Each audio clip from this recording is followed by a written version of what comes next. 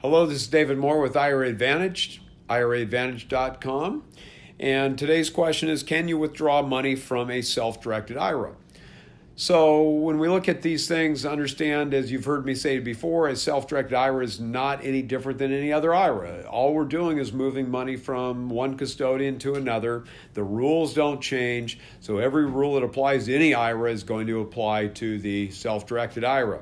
So as far as getting money out, if you're under 59 and a half, you want to pull money out, you're going to pull the money out, you're going to pay normal income tax, you're going to pay a penalty. At 59 and a half, you can get money out without the penalty. You just pay that normal income tax unless it's a Roth where there wouldn't be any tax consequence.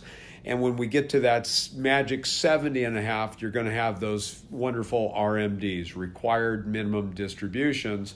And at that point, you've got to take it out. So, and I should be real careful when I'm talking about distributions or pulling things out. The question's, talking about pulling money out. And that's something that I guess you've got to understand is the way that people typically look at taking distributions. And it's absolutely not the only way. You can always take in-kind distributions, and in-kind distributions offer a variety of opportunities and potentially advantages. But if you wanted to go out, for example, and take your retirement account to go buy a place at the beach to retire into, you can do that. You just can't use the property, period, until the thing's been taken fully as a distribution. So how could that be accomplished? If we're talking about an in-kind distribution of real estate, an easy way to take care of that is just to have that property owned by a limited liability company. Every year you do an assignment of the membership interest of that limited liability company.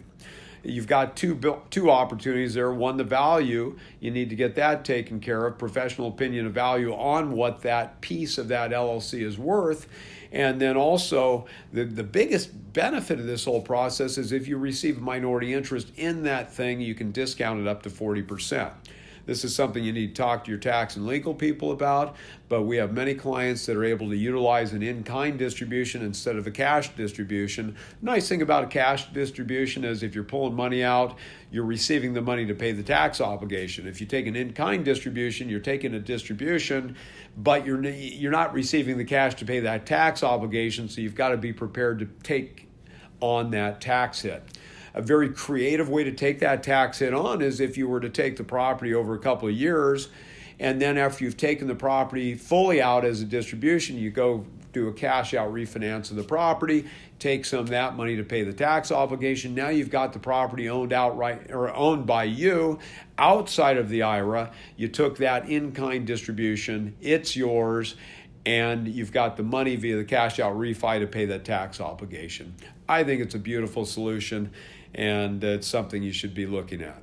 Thank you very much for your time today. Once again, David Moore, IRA Advantage, and I look forward to speaking with you soon.